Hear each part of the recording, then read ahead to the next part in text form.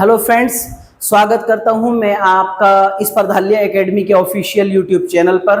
तो आइए आज हम इस वीडियो के अंदर हम संपूर्ण जो आपकी यूपी पीसीएस लोअर की वैकेंसी आई हुई है उसके बारे में जानेंगे। लोअर पीसीएस में का सिलेबस के बारे में जानेंगे, लोअर पीसीएस की कितनी वैकेंसीज हैं वह सब जानेंगे, पोस्ट प्रेफरेंस के बारे में जानेंगे और उसके साथ साथ कि जो अपना पेट का एग्जाम है उसकी कितनी कट ऑफ के माध्यम से हम इसके लोअर पीसीएस के एग्जाम में सम्मिलित हो सकते हैं। तो आइए हम देर नहीं करते हुए इन सभी पहलुओं पर अपनी चर्चा स्टार्ट करते हैं। सबसे पहले हम थोड़ा सा इसका सिलेबस देख लेते हैं कि कैसे इसका सिलेबस है, क्या क्या आता है इसमें। ऑफिशियल अगर आपने इसका डॉक्यूमेंट देखा होगा जो आयोग का नोटिस आया है उसमें जो है आप देख सकते हैं, पहला जो है आपका यूपी जीके से आएगा। पहला जो भाग है आपका यूपी जीके से आएगा। यूपी जीके के आपके 20 प्रश्न होंगे। कितने क्वेश्चन होंगे आपके? यूपी जीके के 20 प्रश्न होंगे।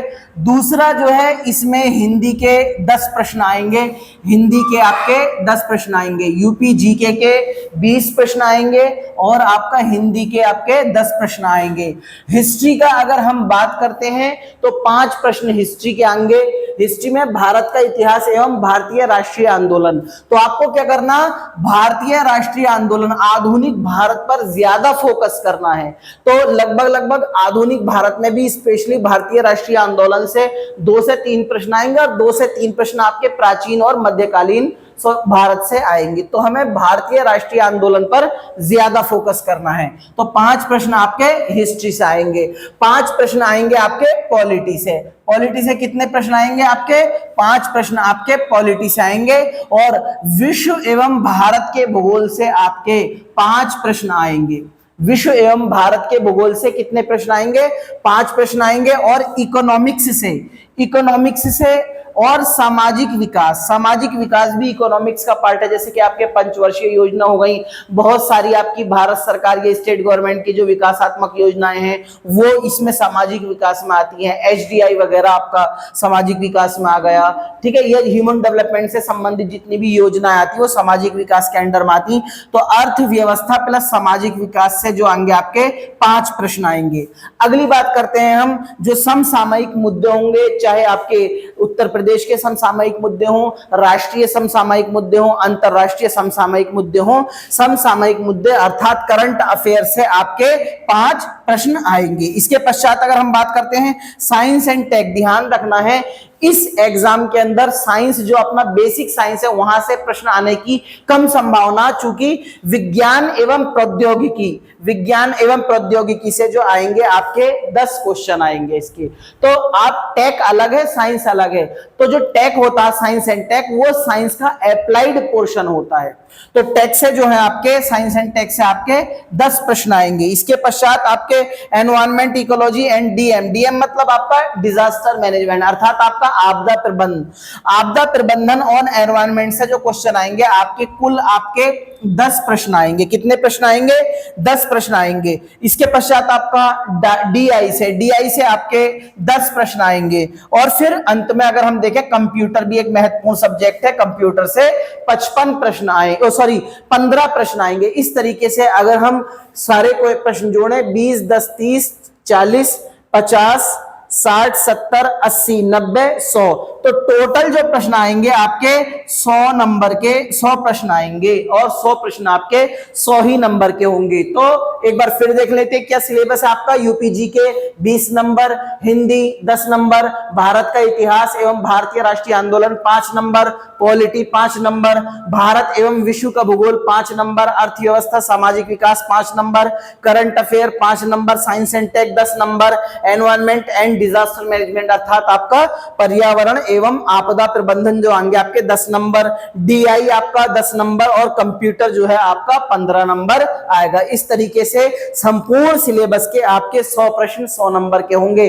अगर हम पोस्ट प्रेफरेंस की बात करते हैं तो कौन सी पोस्ट, लगभग बहुत सारे विभागों में इसकी वैकेंसी आई हुई है, सारी ही वैकेंसी अच्छी हैं जो उसी समय पर मिल जाए, लेकिन फिर भी उन सब में से अगर हम छांटें कि कौन कौन सी अच्छी पोस्ट हैं, तो आइए थोड़ी सी चर्चा हम इन पोस्ट और इनके विभागों के ऊपर, इनकी जिम्मेदारियों के ऊपर हम बात कर लेते हैं। सबसे पहली है अधिशासी अधिकारी। ध्यान रखना, अधिशासी अधिकारी पहले जो पोस्ट थी ये डायरेक्ट पीसीएस से आती थी, अब पीसीएस लोअर से आ रही है। बहुत अच्छी वैकेंसी है। मेरा अगर मानना है, मेरे अनुसार तो जितनी भी आपकी यूपी पीसीएस लोअर की वैकेंसी है, सब में क्रीमी पोस्ट आपकी, सबसे बेस्ट पोस्ट जो है आपकी ईओ, एग्जीक्यूटिव ऑफिसर, अधिशासी अधिकारी। ये कौन से विभाग में अधिकारी होता? नगर विकास मंत्रालय में अधिकारी होता। जितनी भी नगर पालिकाएं, नगर परिषद वगैरह होती हैं, उनके साथ सामंजस्य स्थापित कर जो चलता है, यही अधिकारी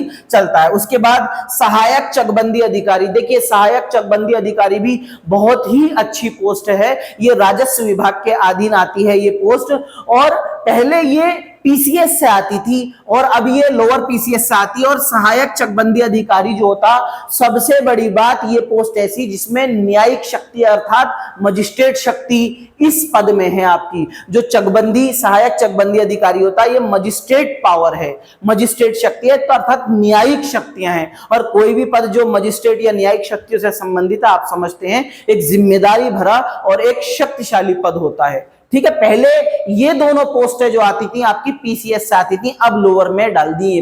तो ईओ, अधिशासी अधिकारी, जो नगर विकास मंत्रालय के अधीन आता है। सहायक चकबंदी अधिकारी जो है राजस्व विभाग के चकबंदी डिपार्टमेंट में आता है। मंडी पर्यवेक्षक, तो मंडी पर्यवेक्षक बहुत ही अच्छी पोस्ट है। पूरी भी आप जानते हैं, उत्तर प्रदेश के हर बड़ा शहर, नगर, महानगर जो सब में मंडियां हैं, तो मंडियों में पूरा जो इंतजाम करता होता, मैनेजमेंट की जिम्मेदारी होती है, वो मंडी पर्यवेक्षक की होती है। ये भी बहुत अच्छी पोस्ट है। सहायक कोषागार अधिकारी। देखिए, एक होता है ट्रेजरी ऑफिसर होता, कोषागार अधिकारी, जिला कोषागार अधिकारी, जो कि पीसीएस से आती है। उसी का सहायक कोषागार अधिकारी जो होता है, ये लोअर से आपकी वैकेंसी है। तो इसमें क्या होता है, ये जो होता है आपका उत्तर प्रदेश, मतलब राज्य के जो वित्त विभाग जो होता है, वित्त मंत्रालय, उसके अधीन की पोस्ट है आपकी सहायक कोषागार अधिकारी। इसकी जिम्मेदारी क्या होती है? जितनी भी आपकी जिले के अंदर जितना भी फंड रिलीज होता है जनपद स्तर पर, वो इसी कार्यालय से रिलीज होता है। तो आप ध्यान रखेंगे, तो ये वित्त मंत्रालय के अधीन पद है। अलग अलग विभागों की जो सैलरी का वितरण करता है या अन्य कोष फंड को जो रिलीज करता है, सहायक कोषागार अधिकारी, डिस्ट्रिक्ट ट्रेजरी ऑफिसर करता है, और उसी का ये सहायक अधिकारी, और निकट भविष्य में जब इसका प्रमोशन होगा तो ये कोषागार अधिकारी के रूप में पदोन्नत होकर पीसीएस लेवल का समकक्ष अधिकारी बन जाता है।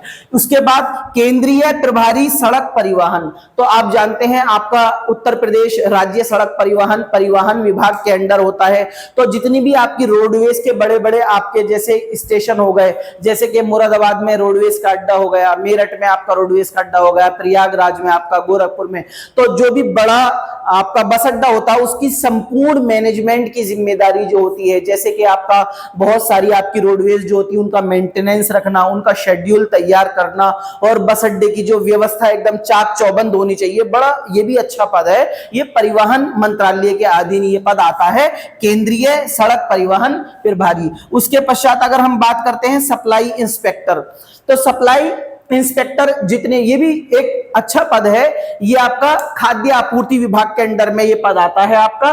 सप्लाई इंस्पेक्टर में क्या होता है, जितने भी राशन जो आपके पीडीएस सिस्टम होती है ना, पीडीएस सिस्टम होता है, तेल चीनी कोटों की जितनी भी सरकारी दुकानें होती हैं, पेट्रोल पंप वगैरह हो गए, तो आपूर्ति से संबंधित जो जिम्मेदारी होती है सप्लाई इंस्पेक्टर की होती है, और इसका आगे जाकर जो पद उन्नत होकर जिला पूर्ति अधिकारी के रूप में इसका प्रमोशन हो जाता है। यदि आप पोस्ट प्रेफरेंस के बारे में बात करें, तो सबसे बेस्ट पोस्ट जो मानी जाती है, जितनी भी वैकेंसी आई है आपकी, ईओ, अधिशासी अधिकारी हो गया, उसके बाद सहायक चकबंदी अधिकारी हो गया, उसके बाद जो है मंडी पर्यवेक्षक हो गया, सहायक कोषागार अधिकारी हो गया, केंद्र प्रभारी सड़क परिवहन, उसके बाद सप्लाई इंस्पेक्टर हो गया। तो ये मतलब मेरे अकॉर्डिंग ये पोस्ट प्रेफरेंस सही है। हो सकता आपके अकॉर्डिंग कुछ अलग हो, तो मेरे अकॉर्डिंग ये है, आपके अकॉर्डिंग कुछ और भी हो सकता है। ये अंतिम प्रेफरेंस नहीं है, लेकिन इसके आधार पर आप अपना पोस्ट प्रेफरेंस भर सकते हैं। इसके पश्चात हम आगे बात करते हैं कि जो हमारी पैट की पीसीएस लोअर को कितनी कट ऑफ जाएगी, हम उस पर चर्चा कर लेते हैं कि पैट की कितनी कट ऑफ जाएगी, किस कट ऑफ के माध्यम से हम पीसीएस लोअर के एग्जाम में जा सकते हैं।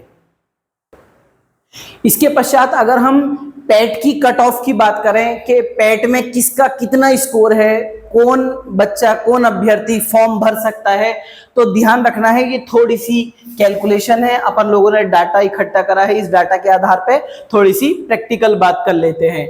देखिए वैकेंसी कितनी है टोटल अपनी 2516 वैकेंसी, कितनी वैकेंसी है 2516 वैकेंसी हैं। और यूपी ट्रिपल एससी का एक मोटा मोटा अगर हम प्रीवियस हिस्ट्री देखें तो वो वैकेंसी का 45 गुना लेती है। कितना, लगभग 45 तो लेती ही है मिनिमम से मिनिमम, लेकिन 45 से 50-55 तक भी लेती, तो हम कम से कम मानकर चल रहे हैं कि 45 गुना लेती है। और जैसे अभी हम जानते हैं कि लेखपाल में भी 45 गुना लिए थे वैकेंसियों के, तो टोटल वैकेंसी आपकी 2516, 45 गुना लेंगे तो टोटल जो शॉर्ट लिस्टेड स्टूडेंट होंगे 1,13,220 होंगे। तो टोटल शॉर्ट लिस्टेड स्टूडेंट कितने होंगे 1,13,220। फिर समझे टोटल वैकेंसी 2516 कितने टाइम्स लिए जाएंगे 45 टाइम्स, जैसे कि लेखपाल में भी ऐसा ही हुआ है। तो लेखपाल वाला हम स्टैंडर्ड एग्जांपल लेके चले तो टोटल जो अभ्यर्थी पैट वाले शॉर्ट लिस्ट किए जाएंगे 1,13,220 किए जाएंगे। उसके पश्चात पैट, अगर इस कैलकुलेशन से हम पैट का परसेंटाइल निकालें तो जिन जिन अभ्यर्थियों के पैट में परसेंटाइल है 94.18, लगभग जिन अभ्यर्थियों के परसेंटाइल, ध्यान रखना परसेंटेज नहीं परसेंटाइल इतना है 94.18, तो वो फॉर्म डालने और तैयारी में अपनी जुट जाएं। और आवश्यक नंबर, यदि इन परसेंटाइल्स को अगर हम नंबर्स के रूप में देखें कि कितने क्वेश्चंस हमारे अगर पैट में सही हुए, तो हमको लगभग अगर पैट में 69 क्वेश्चन, फिर रिपीट कर रहा हूं मैं, लगभग पैट में जिस अभ्यर्थी के इस कैलकुलेशन से 69 क्वेश्चंस सही हुए हैं पैट में, तो वो पैट के फॉर्म, वो पीसीएस लोअर के लिए तैयार रहे। ठीक है। उसके पश्चात जिन बच्चों के कितने मिनिमम कितने क्वेश्चन सही है, जिन बच्चों को फॉर्म डालना चाहिए 60 या 60 से ऊपर वाले जितने भी अभ्यर्थी हैं, 60 या 60 से ऊपर नंबर वाले जितने अभ्यर्थी जिनके 60 क्वेश्चन सही है या उनसे ऊपर, तो उनको भी फॉर्म भर ही देना है। क्योंकि 25 रुपए कितनी है आपकी, 25 रुपए फीस है। कट ऑफ में आएंगे या नहीं आएंगे, शॉर्ट लिस्ट में हम आएंगे या नहीं आएंगे, वो तो बात की बात है। 25 रुपए एक बहुत बड़ी रकम नहीं है, क्योंकि 8-7 साल बाद ये वैकेंसी आई, बड़ी प्रेस्टिजियस पोस्ट है इसमें, तो आप लोग जो है 60 नंबर जिनके हैं वो भी फॉर्म जरूर भरें। या 60 से ऊपर वाले सबको फॉर्म आपको भरना है। मैं रिपीट कर रहा हूं कैलकुलेशन, 2516 वैकेंसी, 45 गुना, जैसा कि लेखपाल का रिकॉर्ड रहा, 1,13,220 बच्चे शॉर्टलिस्ट किए जाएंगे। पैट में परसेंटाइल जिन बच्चों की 94.18% लगभग बन रही है, और ये परसेंटाइल को यदि नंबर ऑफ क्वेश्चंस में देखें 69 क्वेश्चंस जिनके सही हो रहे हैं, वो पैट में निश्चित रूप से, वो सॉरी यूपी पीसीएस लोअर में निश्चित रूप से अपीयर होने जा रहे हैं। लेकिन ये नहीं सोचे 69 से अगर हमारे कम नंबर है तो हम नहीं बनने के फॉर्म, 60 या 60 से ऊपर जिनके भी नंबर हैं उनको एनी हाउ फॉर्म भरना। चूंकि 25 रुपए फीस है, बहुत बड़ी रकम नहीं है, तो आप क्या करेंगे, सभी 60 या 60 से ऊपर नंबर वाले क्वेश्चन वाले बच्चे फॉर्म भरेंगे। ठीक है। फॉर्म की लास्ट डेट है आपकी 18 जून। ध्यान रखना है, ज्यादा समय नहीं बचा। कभी सोचे कि अंतिम 2 दिन 3 दिन में जो है हम फॉर्म भर लेंगे। वेबसाइट जो है आपको मालूम ही है अंतिम समय में बहुत ज्यादा बिजी होती है, बहुत ज्यादा हैवी लोड हो जाता है, तो चाहकर भी फॉर्म हम भर नहीं सकते। इसलिए जानबूझकर देर मत करिए, फॉर्म जो है भर दीजिए। लास्ट डेट आपकी 18 जून है। 25 रुपए अभी फीस है, वो 200 रुपए है, वो बाद में देखा जाएगा। अभी तो आपकी टोटल वैकेंसी कितनी है 2516 है। ठीक है। तो 69 क्वेश्चन जिनके पैट में सही है वो संभवतः लगभग मोटी मोटी कैलकुलेशन में वो एग्जाम देने जा रहे हैं पीसीएस लोअर का। और डिमोटिवेट ना हो, जिन बच्चों के 60 या उससे ऊपर भी वो भी पीसीएस लोअर के एग्जाम का फॉर्म अवश्य भरें। तो इस तरीके से हमने पीसीएस लोअर की अभी जो भी वैकेंसी आई है उसमें हमने संपूर्ण सिलेबस को डिस्कस किया है कि किस सब्जेक्ट से, किस सेक्शन से कितने क्वेश्चन आ रहे हैं। सारी हमने पोस्ट की व्याख्या करी है, कौन सी पोस्ट की क्या जिम्मेदारी होती है, किस मंत्रालय के अधीन आती है, किस विभाग के अधीन आती है, पोस्ट प्रेफरेंस को लेकर चर्चा की है, total vacancy, last date, fees और आपकी टोटल कैलकुलेशन आपकी के पेट की क्या, ठीक है, संभवतः कट ऑफ जा सकती है, सारी कैलकुलेशन देखी। इसी के साथ हम अपनी वीडियो को बाइंड अप करते हैं, फिर मिलेंगे एक नई वीडियो के साथ, तब तक के लिए धन्यवाद, नमस्कार।